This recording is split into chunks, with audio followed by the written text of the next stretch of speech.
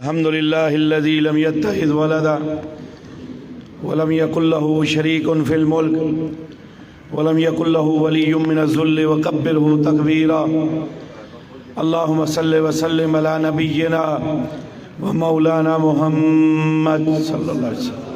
وبارك وسلم ثم صل عليه. رب اشرح لي صدري ويسر لي امري واحلل عقدۃ من لسانی یفقہوا قولی واجعل لی وزیرا من اہلی. اما بعد، سب سے پہلے بڑا شکر گزار ہوں اہل حدیث یوتھ فورس سندھ کے صدر جناب چودھری خالد محمود ادریس، جنرل سیکرٹری نعمان اصغر، اور اسی طرح کراچی کے صدر ابو بکر ارشد وزیر آبادی، جنرل سیکرٹری سلمان احمد، اپنے اکابر جماعت سندھ مفتی یوسف قصوری صاحب، مولانا افضل سردار صاحب، اسی طرح بڑے قابل احترام بھائی مشفق کریم، جناب سید عامر نجیب، جناب سید اشرف قریشی، حافظ مزمل صدیقی، بڑے ہی بزرگ قابل احترام بزرگ لیکن دوستوں جیسے بزرگ مولانا افضل سردار جو امیر ہیں کراچی کے، اور ہم سب کے لیے انسپائریشن کا منبع اور مرکز نائب امیر مرکزی جمعیت اہل حدیث پاکستان جناب فضیلت الشیخ مولانا عبد المالک مجاہد صاحب، اسی طرح امیر ملتان علامہ عنایت اللہ رحمانی صاحب، امیر راولپنڈی مولانا احسن فاروقی حفظہ اللہ تعالی، حافظ مزمل صدیقی، اور اسی طرح میرے دیگر معزز دوست مولانا ابراہیم خلیل صاحب، میرے ساتھ آئے ہوئے میرے بھائی اسرار صاحب، زین صاحب اور عصمت اللہ صاحب، اور آپ سب کا کہ آپ نے جماعت کی ادنا سی خدمت کے بدلے میں مجھ ناچیز کو جس تکریم سے، جس حوصلہ افزائی سے اور جس عزت سے نوازا ہے، میں اس کے بدلے میں میں نے اولین کنونشن میں جو یہاں اپنے یوتھ کنونشن رکھا اوپر جامعہ مسجد ابراہیم کے ہال میں نے وہاں یہ وعدہ کیا تھا کہ کوشش کروں گا کہ کراچی اور پنجاب کے یہ جو تنظیمی فاصلے ہیں کہ تادیر جماعتی یا تنظیمی خاندان کی صورت میں مضبوط ہوگی، اور الحمدللہ اپنی آنکھوں سے اس پالیسی کا نتیجہ دیکھا. ایک بات تو یہ. دوسری بات جو میں کرنا چاہتا ہوں کہ ہم شاعر اسلام کی بات کرتے ہیں کہ اسلام کے شاعر ہیں، نشانیاں ہیں قرآن کی صورت میں، مساجد کی صورت میں، احادیث کی صورت میں. اسی طرح کچھ اللہ کے شاعر ہیں، وَمَن يُعَظِّمْ شَعَائِرَ اللَّهِ، اللہ اسے کہتے ہیں، اللہ تعالیٰ کہتے ہیں ان کی تکریم کریں، عزت کریں. اسی طرح کچھ ہمارے مسلک کے شاعر ہیں، ہمارے ادارے، ہمارے مسلک کی نشانیاں، ہمارے ادارے ہیں، ہماری مساجد ہیں، ہمارے مدرسے ہیں، ہمارے تعلیمی ادارے ہیں، یہ سب. اسی طرح ہمارے یہاں تبلیغی لٹریچر ہے، اس کی اشاعت ہے، یہ سب ہمارے مسلک کی پہچان ہے، اس کی نشانیاں ہیں. اور انہی نشانیوں میں میرا ایمان ہے کہ مرکزی جمعیت اہل حدیث بھی مسلک کا ایک شاعر ہے. اور جس طرح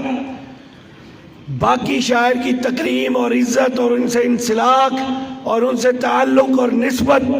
ہمارے لیے فرائض کی حیثیت رکھتا ہے کہ مساجد سے وابستگی ہو، مدارس سے وابستگی ہو، ان سے انسلاک ہو، اس کی فکر ہو، اس کا دفاع کرنا ہے، اس کے لیے کام کرنا ہے، ان کو مضبوط کرنا ہے، اس میں اپنا حصہ ڈالنا ہے. اسی طرح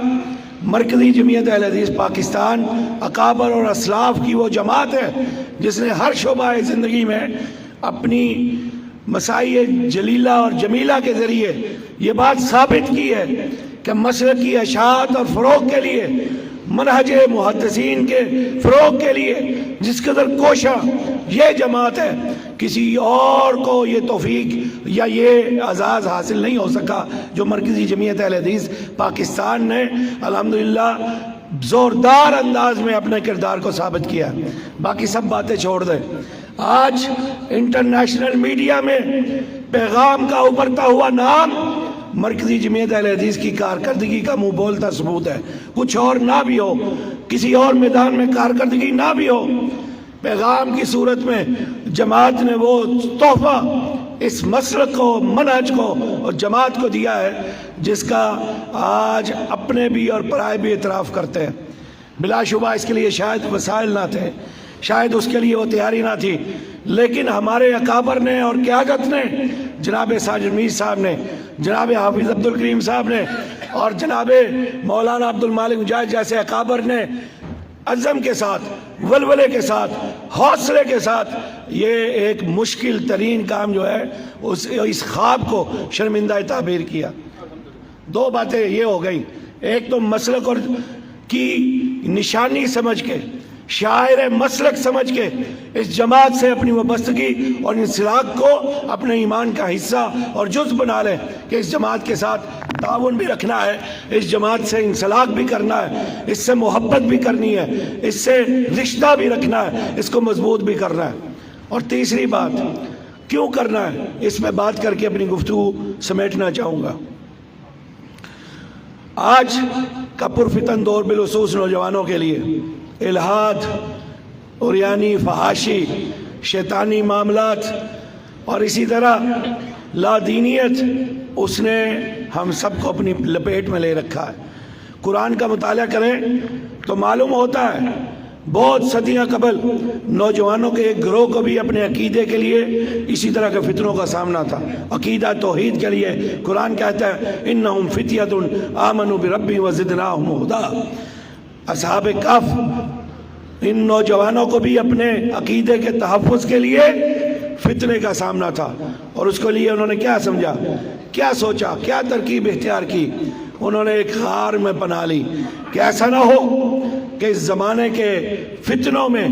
ہم اپنا عقیدہ گوا بیٹھیں، اس فتنوں کا شکار ہو کے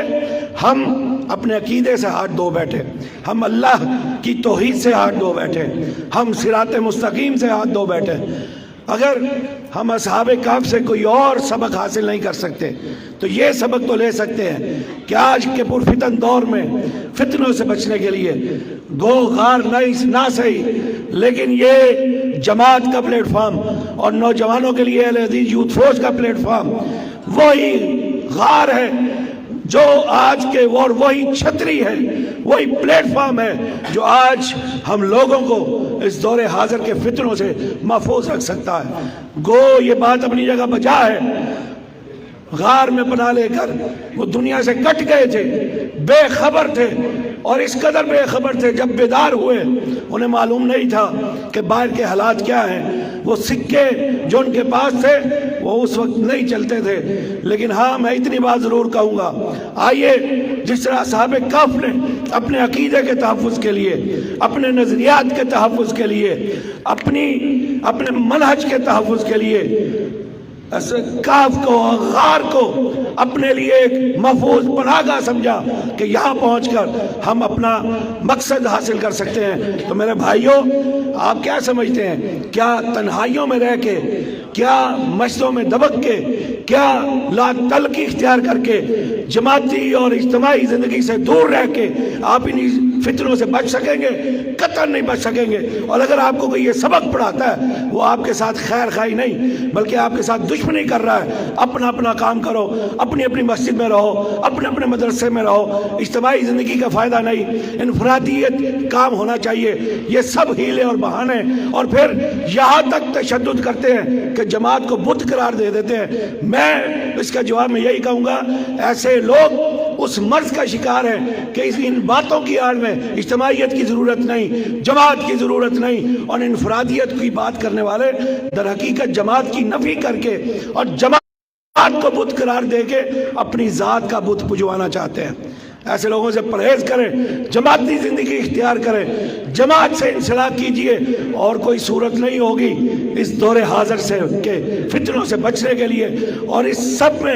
سب سے بہترین پلیٹ فارم مرکزی جمعیت اہل حدیث پاکستان کا پلیٹ فارم ہے، جس کی قیادت علامہ سینیٹر پروفیسر حافظ ساجد میر صاحب کی امارت و قیادت کرتے ہوئے وہ آج امت کی اعتدال کے منہج پہ رہتے ہوئے بہترین قیادت کر رہے ہیں۔ اس لیے یہ تین باتوں پہ اکتفا کروں گا۔ ایک دفعہ پھر شکریہ ادا کرتا ہوں اہل جماعت کراچی کا، انہوں نے اس خوبصورت بزم کو سجایا، اور دوسری بات آئیے مرکزی جمعیت اہل حدیث شاعر مسلک سے ہے، اس سے نسبت اختیار کریں، اس سے انسلاک اختیار کریں، اس کا جزو اور حصہ بنیں، اس کا دفاع کریں، اس کے وکیل بنیں، اس کے ترجمان بنیں۔ اور تیسری بات، نوجوانوں سے بھی مخاطب ہوں، دور حاضر کے فتنوں سے بچنا چاہتے ہیں تو کوئی اور صورت ہی نہیں ہے، آئیے